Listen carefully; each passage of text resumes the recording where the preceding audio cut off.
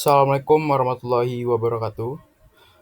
Pertama-tama kita panjatkan puji dan syukur atas kehadiran Allah Subhanahu wa taala yang telah memberikan rahmat dan karunia-Nya hingga kita pada hari ini dapat tampil untuk mengerjakan tugas perpajakan mata kuliah perpajakan 2 ini. Tak lupa juga yang kita hormati Bu Restu Anin Anissa SE MSI maaf, Bu Restu Anin Anissa SE MAK sebagai dosen pengampu 1 dan Dr. Wimi Eka Putra SE MSI sebagai dosen pengampu kedua. Saya bermaksud untuk menuntaskan tugas proyekan mata kuliah 2. Perkenalkan, nama saya Muhammad Zidan Adi Nugroho dengan NIM C1C024-039. Materi kali ini adalah subjek objek norma perhitungan. Pendahuluan, Undang-Undang Nomor 28 Tahun 2027 tentang Ketentuan Umum dan Tata Cara Perpajakan atau KUP.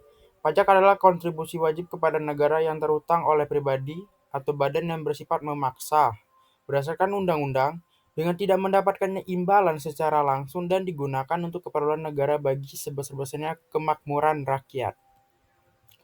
Latar belakang, pajak merupakan sumber utama penerimaan negara. Ada tambahan sedikit dari materi kemarin. Pajak juga meliputi pembangunan jalan-jalan raya, jembatan, sekolah, rumah, baik pun fasilitas umum lainnya. Nah, dengan menggunakan uang pajak ini, kita dapat dapat pembiayaan dalam rangka memiliki rasa aman bagi seluruh lapisan masyarakat.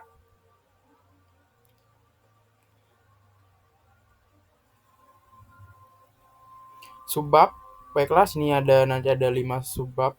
Yang pertama adalah pajak penghasilan, subjek pajak, pembukuan PPh orang pribadi, taraf pajak penghasilan orang pribadi, norma PPh perhitungan orang pribadi. Pertama-tama adalah pajak penghasilan.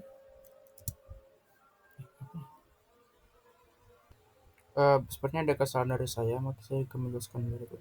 Pajak penghasilan atau PPh adalah pajak yang dikenakan kepada orang pribadi atas penghasilan yang diterima atau diperoleh dalam suatu tahun pajak.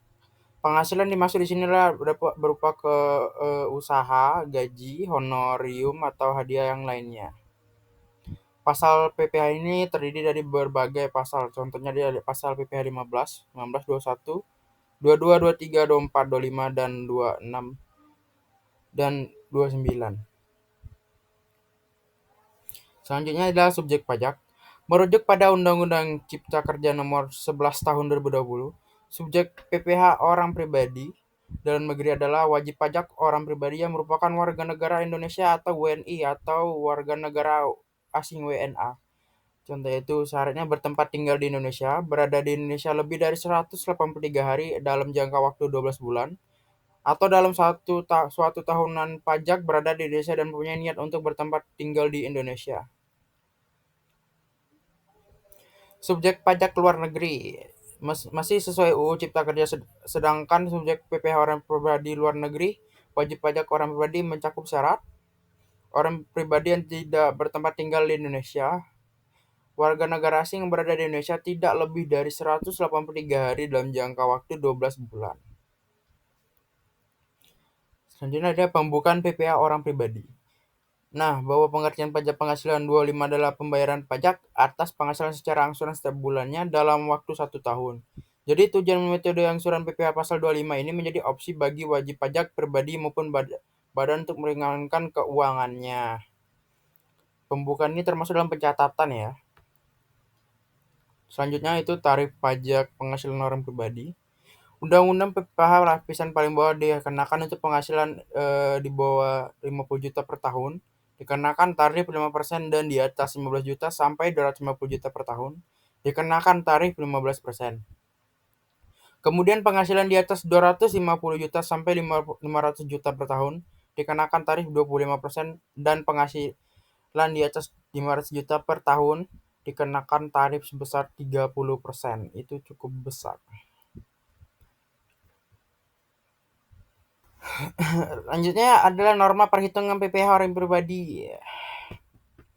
Wajib pajak orang pribadi yang melakukan kegiatan usaha atau dia seorang wirausaha atau pekerjaan bebas yang peredaran brutonya dalam konteks nilai gajinya itu dalam 1 tahun kurang dari 4,8 miliar. Boleh menghitung penghasilan neto dengan menggunakan norma perhitungan penghasilan neto dengan syarat memberitahukan kepada Direktorat Jenderal Pajak atau DJP dalam jangka waktu 3 bulan pertama dari tahun pajak yang bersangkutan.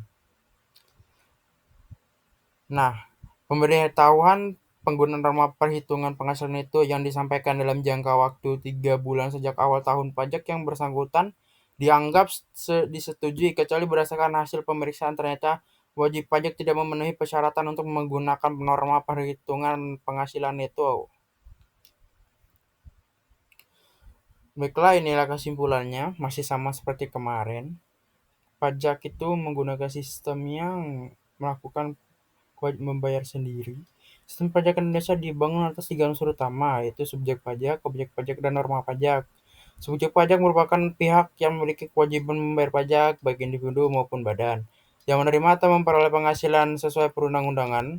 Objek pajak adalah segala sesuatu yang menjadi dasar pengenaan pajak seperti penghasilan, harta, atau kegiatan ekonomi yang menambah kemampuan ekonomis wajib pajak. Kedua unsur ini saling berhubungan tanpa adanya subjek dan objek. Kewajiban pajak perpajakan tidak dapat terbentuk jika tanpa adanya hubungan subjek dan objek pajak. Baiklah, terima kasih atas kesempatannya. Mohon maaf apabila ada kesalahan kata dalam pengucapan. Saya Muhammad Zidan Adi Nugroho, izin pamit undur diri.